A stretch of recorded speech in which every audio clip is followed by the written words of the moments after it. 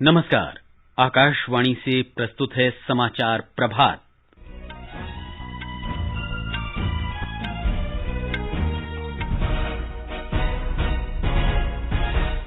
प्रधानमंत्री नरेंद्र मोदी आज सवेरे 11 बजे आत्मनिर्भर भारत स्वयंपूर्ण गोवा कार्यक्रम के लाभार्थियों और हितधारकों से बातचीत करेंगे। गृह मंत्री अमित शाह 3 दिन के जम्मू कश्मीर दौरे पर आज सुबह श्रीनगर पहुंचेंगे। भारत में कोविड टीकाकरण ने 1 अरब 1 करोड़ 30 लाख का आंकड़ा पार किया। प्रधानमंत्री नरेंद्र मोदी कल सवेरे 11 बजे आकाशवाणी से मन की बात कार्यक्रम में अपने विचार साझा करेंगे।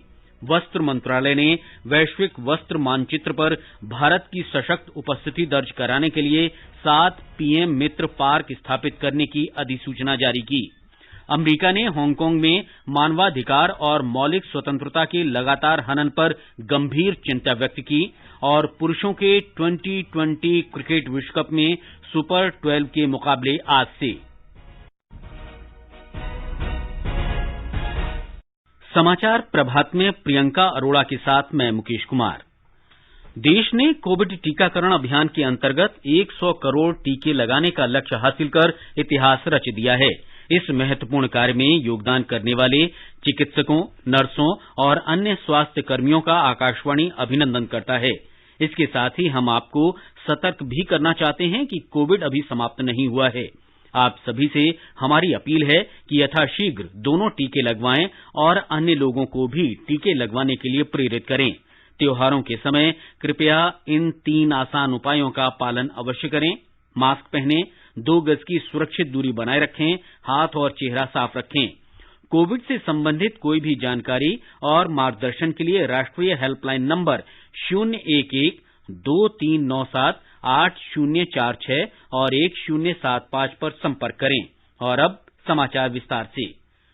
प्रधानमंत्री नरेंद्र मोदी आज सवेरे 11 बजे वीडियो कॉन्फ्रेंस के माध्यम से आत्मनिर्भर भारत स्वयंपूर्ण गोवा कार्यक्रम के लाभार्थियों और हितधारकों से बातचीत करेंगे। बातचीत के बाद प्रधानमंत्री इस आयोजन को भी संबोधित करेंगे। एक रिपोर्ट। स्वयंपूर्ण गोवा पहल का शुभारंभ प्रधानमंत्री नरेंद्र मोदी के आत्मनिर्भर भारत आह्वान से प्रेरित होकर 1 अक्टूबर 2020 को किया गया था। इस कार्यक्रम के अंतर्गत एक सरकारी अधिकारी की नियुक्ति स्वयंपूर्ण मित्र के रूप में की जाती है। स्वयंपूर्ण मित्र निर्धारित पंचायत या नगर निकाय में लोगों से बातचीत करते हैं तथा विभिन्न सरकारी विभागों से समन्वय कर ये सुनिश्चित करते हैं कि सरकारी योजनाओं का लाभ पात्र लाभार्थियों को उपलब्ध हो। समाचार कक्ष से फरहत नाज। गोवा के मुख्यमंत्री प्रमोद सावंत भी इस अवसर पर उपस्थित रहेंगे। गोवा के उद्योग मंत्री विश्वजीत राणे ने आकाशवाणी समाचार से विशेष बातचीत में बताया कि आत्मनिर्भर भारत अभियान से गोवा को भी उद्योग क्षेत्र में सफलता मिली है। हमारे देश के प्रधानमंत्री श्री नरेंद्र मोदी जी, उनके मार्गदर्शन के नीचे आत्मनिर्भर भारत का जो कार्यक्रम चलाया गया, इतने बड़े पैमाने पे जो कार्यक्रम चलाया गया, कौन से भी देश में ऐसे कार्यक्रम चलाया नहीं गया था। उनके इंस्पिरेशन लेके गोवा में इंडस्ट्रीज के हर लेवल पे जो लोकली हम प्रमोट करते हैं, उनको भी एक एक्सपोर्ट का प्लेटफॉर्म देने का हमने प्रयास किया है। हमने देश के प्रधानमंत्री नरेंद्र मोदी जी के उनके इंस्पिरेशन के लेके इधर गोवा में अलग अलग तरीके की इंडस्ट्रीज को प्रोत्साहन और एमएसएमई को अलग तरीके से प्रोत्साहन देने का हमने प्रयास किया है। आज जो कार्यक्रम होने जा रहा है, मुझे लगता है कि और मार्गदर्शन प्रधानमंत्री जी से हमें मिलेगा। गोवा एक अलग स्थान पे सबसे बड़े एक्सपोर्टर बन चुका है। प्रधानमंत्री ने कहा है कि 100 करोड़ कोविड टीके लगाने की उपलब्धि हासिल करने से देश की ताकत का पता चलता है। उन्होंने कहा कि भारत का टीकाकरण अभियान पूरी तरह वैज्ञानिक दृष्टिकोण पर आधारित है। कल राष्ट्र को संबोधित करते हुए उन्होंने कहा कि महामारी से देश का संघर्ष अभी समाप्त नहीं हुआ है। श्री मोदी ने सभी से कोविड दिशा निर्देशों का पालन करने की अपील की। कवच कितना ही उत्तम हो, कवच से सुरक्षा की पूरी गारंटी हो, तो भी जब तक युद्ध चल रहा है हथियार नहीं डाले जाते। मेरा आग्रह है कि हमें अपने त्योहारों को पूरी सतर्कता के साथ ही मनाना है। और जहां तक मास्क का सवाल है, मेरा इतना ही कहना है, जैसे हमें जूते पहन करके ही बाहर जाने की आदत लग गई है ना, बस वैसे ही मास्क को भी एक सहज स्वभाव बनाना ही हो। जिनको अभी तक वैक्सीन नहीं लगी है वो इसे सर्वोच्च प्राथमिकता दें। जिन्हें वैक्सीन लग गई है वो दूसरों को प्रेरित करें। मुझे पूरा भरोसा है कि हम सब मिलकर प्रयास करेंगे तो कोरोना को और जल्द हरा पाएंगे। प्रधानमंत्री ने कहा कि भारत का टीकाकरण अभियान सबका साथ, सबका विकास, सबका विश्वास और सबका प्रयास का जीवंत उदाहरण है।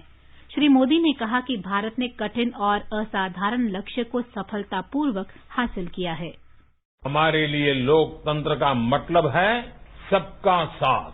सबको साथ लेकर देश ने सबको वैक्सीन, मुफ्त वैक्सीन का अभियान शुरू किया। गरीब, अमीर, गांव, शहर, दूर सुदूर देश का एक ही मंत्र रहा कि अगर बीमारी भेदभाव नहीं करती तो वैक्सीन में भी भेदभाव नहीं हो सकता।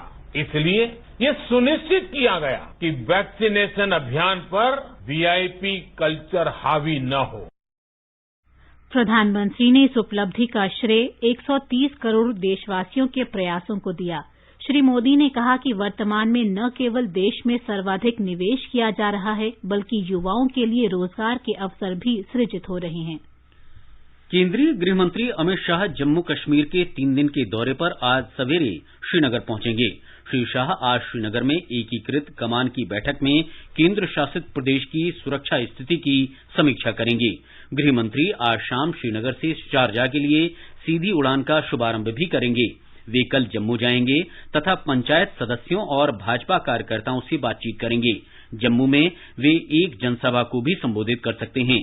5 अगस्त 2019 को अनुच्छेद 370 हटाए जाने के बाद गृह मंत्री अमित शाह का जम्मू कश्मीर का ये पहला दौरा है। जम्मू कश्मीर पुलिस ने आम जनता को आतंकवादी गतिविधियों, मादक पदार्थों के कारोबार और राष्ट्र विरोधी या समाज विरोधी गतिविधि की जानकारी समय पर पुलिस के साथ साझा करने के लिए 24 घंटे की निःशुल्क हेल्पलाइन शुरू की है। ये हेल्पलाइन पुलिस नियंत्रण कक्ष जम्मू और श्रीनगर से जुड़ी रहेगी। पुलिस ने बताया कि सूचना देने वाले व्यक्ति की पहचान गुप्त रखी जाएगी और सूचना के महत्व के आधार पर उन्हें पुरस्कार भी दिया जाएगा।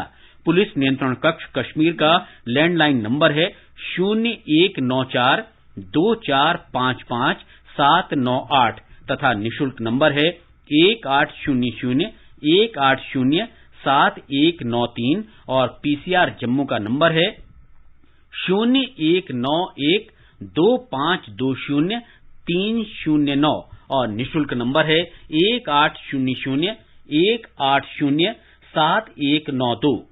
इन नंबरों के अलावा मौजूदा हेल्पलाइन प्रणाली के 100 112 1090 और 1091 पर भी सूचना दी जा सकती है। इस हेल्पलाइन से जम्मू कश्मीर पुलिस को समाज विरोधी खतरों से मजबूती से लड़ने में मदद मिलेगी तथा व्यापारियों, पर्यटकों, ट्रांसपोर्टरों, छात्रों और समाज के अन्य वर्गों में सुरक्षा का भरोसा बढ़ेगा। देश में कोविड टीकाकरण 1 अरब 1 करोड़ 30 लाख का आंकड़ा पार कर गया है।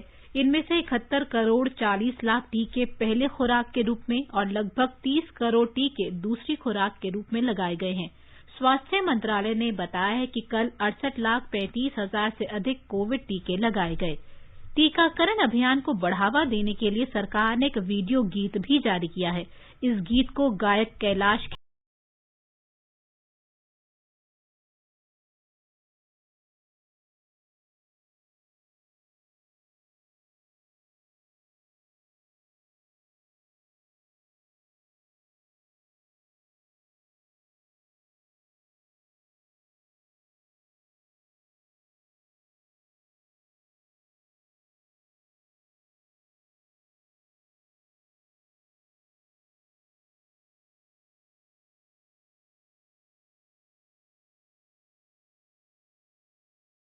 संक्रमण की गंभीरता धीरे धीरे कम होती जा रही है और जनजीवन सामान्य हो रहा है।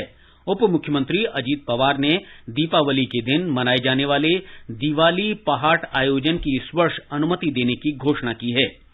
भारत के सीरम इंस्टीट्यूट द्वारा निर्मित कोविड रोधी टीके कोविशील्ड को मान्यता देने वाले देशों में पोलैंड भी शामिल हो गया है। भारत में पोलैंड के दूतावास ने एक ट्वीट में कहा कि यूरोपीय संघ द्वारा मान्यता प्राप्त टीके के समान ही पोलैंड अब कोविशील्ड को भी मान्यता देता है। अब कोविशील्ड के पूर्ण टीकाकरण कराए व्यक्तियों को पोलैंड पहुंचने पर क्वारंटीन में नहीं रहना होगा। प्रधानमंत्री नरेंद्र मोदी कल सुबह 11 बजे आकाशवाणी से मन की बात कार्यक्रम में अपने विचार साझा करेंगे। मासिक रेडियो कार्यक्रम की ये 82वीं कड़ी होगी। मन की बात कार्यक्रम आकाशवाणी और दूरदर्शन के समूचे नेटवर्क पर प्रसारित होगा। ये आकाशवाणी समाचार की वेबसाइट और news on AIR mobile app पर भी उपलब्ध रहेगा। आकाशवाणी समाचार, डीडी न्यूज, प्रधानमंत्री कार्यालय तथा सूचना और प्रसारण मंत्रालय के यूट्यूब चैनल पर इसका सीधा प्रसारण होगा। आकाशवाणी से हिंदी प्रसारण के तुरंत बाद मन की बात कार्यक्रम प्रादेशिक भाषाओं में प्रसारित किया जाएगा। प्रादेशिक भाषाओं में इसे रात 8 बजे फिर सुना जा सकेगा।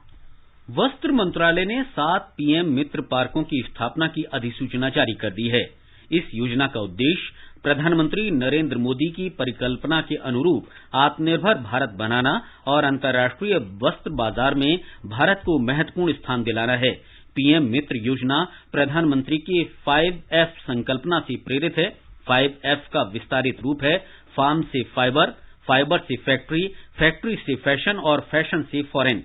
इस एकीकृत परिकल्पना से अर्थव्यवस्था में वस्त्र क्षेत्र की मजबूती सुनिश्चित होगी। इस योजना से भारत को निवेश आकर्षित करने, रोजगार के अवसर बढ़ाने और अंतर्राष्ट्रीय बाजार में अपनी स्थिति मजबूत करने में मदद मिलेगी। ये पार्क ऐसे स्थानों पर बनाए जा रहे हैं जहां वस्त्र उद्योग में विकास की अंतर्निहित क्षमता है और वह आवश्यक संपर्कों की मदद से सफलतापूर्वक विकसित हो सकता है। हमारे संवाददाता ने बताया है कि पीएम मित्र पार्कों की स्थापना विशेष संचालन इकाई के माध्यम से सरकारी निजी भागीदारी के अंतर्गत किया जाएगा, जिसका स्वामित्व राज्य सरकार और भारत सरकार के पास होगा। वस्त्र मंत्रालय की अधिसूचना मंत्रालय की वेबसाइट texmin.nic.in पर उपलब्ध है। आगे बढ़ने से पहले एक नजर मुख्य समाचारों पर। प्रधानमंत्री नरेंद्र मोदी आज सवेरे 11 बजे आत्मनिर्भर भारत स्वयंपूर्ण गोवा कार्यक्रम के लाभार्थियों और हितधारकों के साथ बातचीत करेंगे। गृह मंत्री अमित शाह 3 दिन के जम्मू कश्मीर दौरे पर आज सुबह श्रीनगर पहुंचे। भारत में कोविड टीकाकरण ने 1 अरब 1 करोड़ 30 लाख का आंकड़ा पार किया। प्रधानमंत्री नरेंद्र मोदी कल सुबह 11 बजे आकाशवाणी से मन की बात कार्यक्रम में अपने विचार साझा करेंगे। वस्त्र मंत्रालय ने वैश्विक वस्त्र मानचित्र पर भारत की सशक्त उपस्थिति दर्ज कराने के लिए 7 पीएम मित्र पार्क स्थापित करने की अधिसूचना जारी की। अमेरिका ने हांगकांग में मानवाधिकार और मौलिक स्वतंत्रता के लगातार हनन पर गंभीर चिंता व्यक्त की और पुरुषों के 2020 क्रिकेट विश्व कप में सुपर 12 के मुकाबले आज से।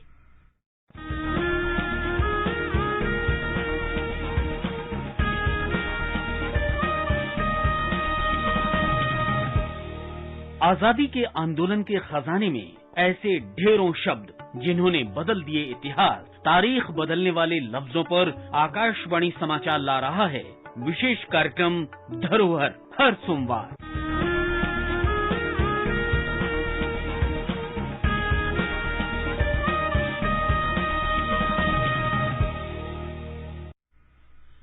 अमेरिका ने हांगकांग में मानवाधिकार और मौलिक स्वतंत्रता के लगातार हनन पर गंभीर चिंता व्यक्त की है। अमेरिकी विदेश विभाग ने एक बयान में कहा है कि हांगकांग में राष्ट्रीय सुरक्षा कानून के जरिए राजनीतिक रूप से प्रेरित मुकदमों में बढ़ोतरी हो रही है। उसने चीन और हांगकांग के अधिकारियों से अन्यायपूर्ण ढंग से हिरासत में लिए गए लोगों को रिहा करने और शांतिपूर्ण सामाजिक संगठनों का दमन समाप्त करने की अपील की है। अमेरिका ने चीन ब्रिटेन संयुक्त घोषणा के संधि दायित्वों का पालन करने का आग्रह किया है। विकसित देशों के समूह G7 ने सीमा पार डेटा उपयोग और डिजिटल व्यापार संचालित करने पर सैद्धांतिक रूप से सहमति व्यक्त की है। G7 के व्यापार मंत्रियों की कल लंदन में हुई बैठक में इस बारे में सहमति बनी। ब्रिटेन ने इसे महत्वपूर्ण बताते हुए कहा है कि इस समझौते से अरबों डॉलर की अंतर्राष्ट्रीय वाणिज्य व्यवस्था उदार बनेगी। समझौते के जरिए यूरोपीय देशों की अत्यधिक विनियमित डेटा सुरक्षा व्यवस्था और अमेरिका की अधिक खुली व्यवस्था के बीच मध्य मार्ग निकाला गया है। भारतीय वायुसेना ने कल उत्तराखंड के लामखागा दर्रे से 16,500 फुट की ऊंचाई से एक व्यक्ति को सुरक्षित बचाया और 5 शव निकाले। दुर्गम पहाड़ियों और प्रतिकूल मौसम के बावजूद भारतीय वायुसेना के उन्नत हेलीकॉप्टरों ने तलाशी अभियान चलाया। इस महीने की 18 तारीख को 17,000 फुट की ऊंचाई पर लामखागा पास में भारी हिमपात के कारण 17 लोग रास्ता भटक गए थे। स्थानीय प्रशासन से सूचना मिलने पर भारतीय वायुसेना के 2 हेलीकॉप्टर हर्षिल भेजे गए और राष्ट्रीय आपदा मोचन बल की टीम के साथ तलाशी अभियान में लगाए गए। गश्ती दल ने 2 और शवों का पता लगाया है, बाकी लोगों की तलाश की जा रही है। कृषि और किसान कल्याण राज्य मंत्री कैलाश चौधरी ने कहा है कि कृषि के विकास में महिलाओं का योगदान कई गुना बढ़ा है। उन्होंने कहा कि खाद्य सुरक्षा सुनिश्चित करने और स्थानीय कृषि जैव विविधता के संरक्षण में महिलाएं निर्णायक भूमिका निभाती हैं। श्री चौधरी कल कृषि स्टार्टअप में महिलाएं आपूर्ति श्रृंखला प्रबंधन मूल्य सृजन पर एक वेबिनार का उद्घाटन कर रहे थे। प्रधानमंत्री नरेंद्र मोदी के आत्मनिर्भर भारत दृष्टिकोण के अनुसार सरकार महिलाओं को कृषि विकास के मुख्यधारा में लाने के लिए उन्हें प्राथमिकता देने को प्रतिबद्ध है। मंत्री कैलाश चौधरी ने कहा कि देश की आजादी के बाद महिलाओं की भूमिका केवल कृषि तक ही सीमित नहीं है, बल्कि रक्षा, अंतरिक्ष, प्रशासन और खेल सहित सभी क्षेत्रों में उनका योगदान है। वेबिनार के दौरान श्री चौधरी ने आजादी का अमृत महोत्सव के 75 वर्ष के उपलक्ष्य में 75 प्रगतिशील महिला किसानों और महिला उद्यमियों की सफलता की कहानियों को दर्शाने वाली एक ई-पुस्तक का भी विमोचन किया। समाचार कक्ष से विनय सक्सेना। पुरुषों के 2020 क्रिकेट विश्व कप में सुपर 12 के मुकाबले आज से शुरू होंगे। पहले मैच में अबू धाबी में ऑस्ट्रेलिया और दक्षिण अफ्रीका का मुकाबला भारतीय समय के अनुसार दोपहर बाद 3:30 पर शुरू होगा। दुबई में शाम 7:30 पर वेस्टइंडीज और इंग्लैंड आमने सामने होंगे। भारत अपना पहला मैच कल पाकिस्तान से खेलेगा। आकाशवाणी से आज से विश्व कप मुकाबलों का आंखों देखा हाल प्रसारित किया जाएगा। डेनमार्क ओपन बैडमिंटन चैंपियनशिप के क्वार्टर फाइनल में कल पीवी सिंधु और समीर वर्मा की हार के साथ भारत की चुनौती समाप्त हो गई। महिला सिंगल्स क्वार्टर फाइनल में पीवी सिंधु को कोरिया की एएन सियंग से हार का सामना करना पड़ा, जबकि पुरुष सिंगल्स क्वार्टर फाइनल में समीर वर्मा इंडोनेशिया के टॉमी सुगियार्तो के साथ दूसरे गेम के दौरान चोट के कारण बाहर हो गए। जम्मू कश्मीर के उपराज्यपाल मनोज सिन्हा ने अक्टूबर 1947 में पश्तून कबायलियों के वेश में आए पाकिस्तानी सैनिकों के आतंकी हमले में शहीद हुए वीर सैनिकों और आम नागरिकों को श्रद्धांजलि दी है। 22 अक्टूबर 1947 की यादें शीर्षक से आयोजित एक सेमिनार में श्री सिन्हा ने कहा कि जम्मू कश्मीर के लोगों पर पाकिस्तान के अत्याचार सारी दुनिया के सामने आ गए हैं। आजादी का अमृत महोत्सव के अंतर्गत आइए अब सुनते हैं आकाशवाणी की विशेष प्रस्तुति आजादी का सफर। आजादी का अमृत महोत्सव।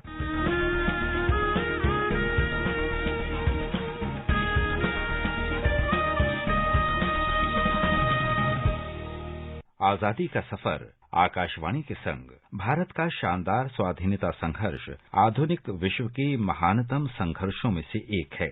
आकाशवाणी आपके लिए रोजाना ला रही है इस शानदार संघर्ष की झलक।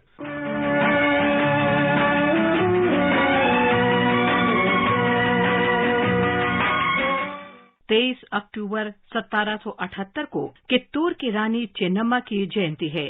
ಕಿತ್ತೂರ ಚೆನ್ನಮ್ಮ ಹಿಡಿದರ ಖಡ್ಗ ಬ್ರಿಟಿಷರಿಗೆ ಹುಟ್ಟಿಸಿದ ನಡಗ ಎದುರಾಳಿನ ಎದೆಯ ಸೀಳಿ ಕೊಟ್ಟಾಳೋ ಮನ್ನ ತಲವಾರ ಹಿಡಿದು ಮಾಡಿದ್ರ ಯುದ್ಧ ಕಿತ್ತೂರ ಸೈನ್ಯ ಭರಿಸಿದ ಗೆದ್ದ ಕಿತ್ತೂರ ಸಂಸ್ಥಾನ ಅಧಿಪತಿಯಾಗಿ ಆಳಿದ್ರು ಚೆನ್ನಮ್ಮ।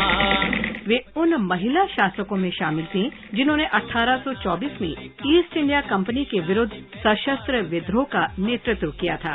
बचपन से ही उन्होंने घुड़सवारी, तलवारबाजी और तीरंदाजी सहित युद्ध जीतने के लिए सभी आवश्यक कौशल अर्जित कर लिए थे और बहुत कम समय में ही वो अपनी बहादुरी के लिए प्रसिद्ध हो गई। अंग्रेजों ने राज्य हड़पने की नीति के तहत 1824 में कित्तूर पर कब्जा कर लिया। जब महारानी ने ब्रिटिश कब्जे का विरोध शुरू किया तो ब्रिटिश सेना ने 400 बंदूकों से लैस 20,000 सैनिकों के साथ 1824 में कित्तूर पर हमला कर दिया। उनका इरादा कित्तूर के आभूषणों और 15 लाख रुपए के खजाने पर कब्जा करके कित्तूर को आर्थिक रूप से कमजोर करना और महारानी को सिंहासन से उतारना था। अंग्रेजों के मुकाबले में कम सेना के बावजूद चेन्नम्मा ने दुश्मनों को कड़ी टक्कर दी और पहला युद्ध जीता। ब्रिटिश सेना को जबरदस्त नुकसान उठाना पड़ा और 2 ब्रिटिश अधिकारी सर वॉल्टर इलियट तथा स्टीवेंसन को बंधक बना लिया गया। इससे चेन्नम्मा को संघर्ष विराम के लिए अपनी शर्त मनवाने में आसानी हुई। चेन्नम्मा युद्ध समाप्त करने और अपने बेटे को सिंहासन पर बैठाने की शर्त पर ब्रिटिश बंधकों को रिहा करने पर सहमत हो गई। ईस्ट इंडिया कंपनी के कमिश्नर चैपलिन ने ये शर्त मान ली और बंधक रिहा कर दिए गए। हालांकि अप्रत्याशित रूप से ब्रिटिश सेना ने दूसरा युद्ध छेड़ दिया। वे एक महिला से अपमानजनक हार को पचा नहीं पा रहे थे, इसलिए उन्होंने मैसूर और सोलापुर में सेना के बीच घुसपैठ की साजिश रची। उन्होंने चेन्नम्मा के 2 सैनिकों को तोड़ लिया और बारूद में गोबर और कीचड़ मिलवा दिया। इस बार चेन्नम्मा को पकड़ लिया गया और बेलहोंगल किले में जीवन भर के लिए कैद कर दिया गया। 21 फरवरी 1829 को चेन्नम्मा का स्वर्गवास हो गया। रानी चेन्नम्मा का अंतिम संस्कार बेलहोंगल तालुक में किया गया। उनकी विरासत और पहली जीत अब भी कित्तूर में धूमधाम से याद की जाती है और 22 से 24 अक्टूबर के दौरान कित्तूर उत्सव मनाया जाता है।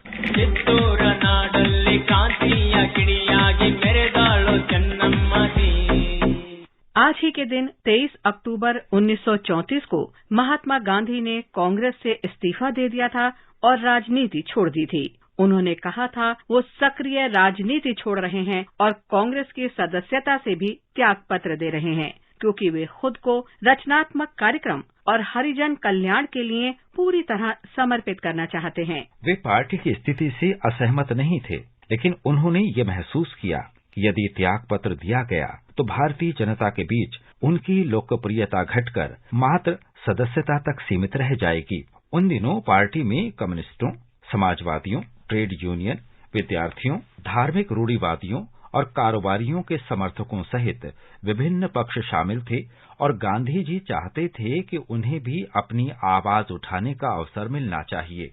गांधी जी का ये विश्वास भी था कि कांग्रेस पार्टी के प्रमुख सदस्यों ने राजनीतिक माध्यम के रूप में अहिंसा को अपनाया है और इसे बुनियादी रूप में नहीं अपना सके हैं। राजनीतिक गतिविधि के बजाय तब गांधी जी ने बुनियादी धरातल से राष्ट्र निर्माण के लिए रचनात्मक कार्यक्रम पर ध्यान केंद्रित किया। कुल जनसंख्या की लगभग 80% ग्रामीण आबादी को शिक्षित करना आसान काम नहीं था। गांधी जी ने अस्पृश्यता के विरुद्ध लड़ाई जारी रखी। उन्होंने हाथ से कताई, बुनाई और अन्य कुटीर उद्योगों को प्रोत्साहन दिया ताकि बेरोजगार लोगों को आजीविका उपलब्ध हो। गांधी जी सेवाग्राम में लगे रहे, जो बाद में उनके सामाजिक और आर्थिक उत्थान के कार्यक्रम का केंद्र बना।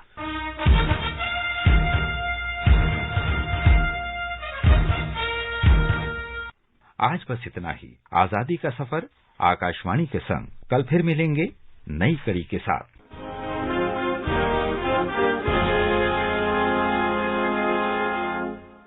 जम्मू कश्मीर के उपराज्यपाल मनोज सिन्हा ने केसर की खेती से जुड़े जश्न जाफरान का कल वीडियो कॉन्फ्रेंस के माध्यम से उद्घाटन किया। इस अवसर पर केंद्रीय कृषि और किसान कल्याण राज्य मंत्री कैलाश चौधरी भी उपस्थित थे। उपराज्यपाल ने कहा कि सरकार की किसान केंद्रित नीतियों के कारण ही 2021 में जम्मू कश्मीर के केसर किसानों की आय दोगुनी हो गई है। और अब एक नजर आज के मौसम पर। सबसे पहले देश के 4 महानगरों के मौसम का हाल। राजधानी दिल्ली और चेन्नई में हल्के बादल छाए रहेंगे और हल्की वर्षा की संभावना है। उत्तर भारत में श्रीनगर और लेह में बारिश और बर्फ पड़ने की संभावना है। गिलगित, जम्मू और मुजफ्फराबाद में बादल छाए रहेंगे और वर्षा हो सकती है। पूर्वोत्तर क्षेत्र गुवाहाटी, इम्फाल, शिलंग, आइजोल, कोहिमा, ईटानगर, अगरतला और गंगटोक में हल्के बादल छाए रहेंगे और वर्षा की संभावना है। विशाखापट्टनम, बेंगलुरु, तिरुवनंतपुरम और पुदुचेरी में बादल छाए रहेंगे और वर्षा हो सकती है। इन क्षेत्रों में तापमान 21 डिग्री सेल्सियस से 34 डिग्री सेल्सियस के बीच रहेगा। ये समाचार हमारी वेबसाइट newsonair.gov.in/hindi पर भी उपलब्ध हैं। और प्रियंका, अब आप बताएं कि आज के समाचार पत्रों में क्या विशेष है। जी मुकेश, प्रधानमंत्री का राष्ट्र को संबोधन सभी समाचार पत्रों में प्रमुखता से है। हिन्दुस्तान के अनुसार प्रधानमंत्री ने कहा, कवच है पर कोताही नहीं करनी, त्योहारों पर सतर्कता बरतें। जनसत्ता की सुर्खी है, नया भारत कठिन लक्ष्य। लोक सत्य का शीर्षक है, मेड इन इंडिया को जन आंदोलन बनाएं। राष्ट्रीय सहारा के अनुसार शक करने वालों को मिला जवाब। पंजाब केसरी के मुताबिक विज्ञान जनित है हमारा टीका। आलोचकों को थाली की तंज पर दिया करारा जवाब। दैनिक जागरण के अनुसार मोदी बोले, बढ़ा भरोसा, हासिल कर सकते हैं हर लक्ष्य। नवभारत टाइम्स की सुर्खी है, सवाल उठाने वालों को दी कड़वी डोज। हिन्दुस्तान ने सुरक्षा शीर्षक से लिखा है, श्रीनगर में सख्त चौकसी बंकर बनाए गए, 50 अतिरिक्त कंपनियां तैनात। हरिभूमि लिखता है, आज श्रीनगर पहुंचेंगे गृह मंत्री। सुरक्षा बलों के प्रमुखों के साथ करेंगे मैराथन बैठक। ड्रोन, स्नाइपर्स और स्पीड बोट। शाह के कश्मीर दौरे पर ऐसे तगड़ी किलाबंदी। राजस्थान पत्रिका ने अमरीकी CRS रिपोर्ट पर सुर्खी दी है, भारत के हाइपरसोनिक हथियार से पल भर में भस्म होगा दुश्मन, ध्वनि से 13 गुना तेज होगी गति।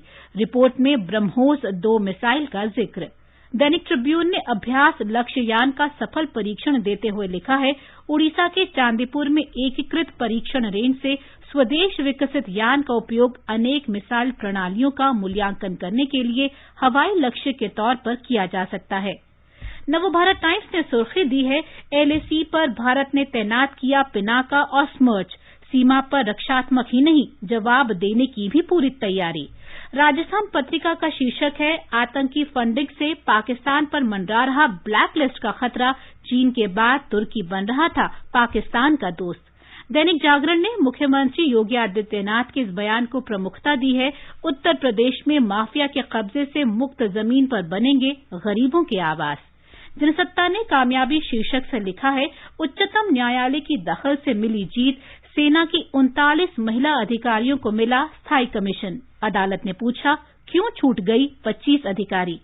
दैनिक भास्कर ने विश्लेषण देते हुए लिखा है, 23 से 24 अक्टूबर से पहाड़ी राज्यों में बर्फबारी, मैदानी राज्यों में बारिश के आसार। इससे पहले उत्तराखंड, दिल्ली, बिहार, हरियाणा और राजस्थान में वर्षा के रिकॉर्ड। वीर अर्जुन ने संपादकीय में उत्तराखंड में काल बने बादल शीर्षक से लिखा है कि मानसून की विदाई के बाद मूसलाधार वर्षा से जानमाल की क्षति बेहद चिंताजनक है। जलवायु परिवर्तन का असर साफ साफ दिखने लगा है और ऐसे में अगर अब भी पर्यावरण मानकों के प्रति गंभीरता न दिखाई गई तो बहुत देर हो जाएगी। अंत में मुख्य समाचार एक बार फिर। प्रधानमंत्री नरेंद्र मोदी आज सवेरे 11 बजे आत्मनिर्भर भारत स्वयंपूर्ण गोवा कार्यक्रम के लाभार्थियों और हितधारकों से बातचीत करेंगे। गृहमंत्री अमित शाह 3 दिन के जम्मू कश्मीर दौरे पर आज सवेरे श्रीनगर पहुंचेंगे। भारत में कोविड टीकाकरण ने 1 अरब 1 करोड़ 30 लाख का आंकड़ा पार किया। प्रधानमंत्री नरेंद्र मोदी कल सवेरे 11 बजे आकाशवाणी से मन की बात कार्यक्रम में अपने विचार साझा करेंगे। वस्त्र मंत्रालय ने वैश्विक मानचित्र पर भारत की सशक्त उपस्थिति दर्ज कराने के लिए 7 PM मित्र पार्क स्थापित करने की अधिसूचना जारी की। अमेरिका ने हांगकांग में मानवाधिकार और मौलिक स्वतंत्रता के लगातार हनन पर गंभीर चिंता व्यक्त की और पुरुषों के 2020 क्रिकेट विश्व कप में सुपर 12 के मुकाबले आज से। इसके साथ ही समाचार प्रभात का ये अंक समाप्त हुआ। नमस्कार।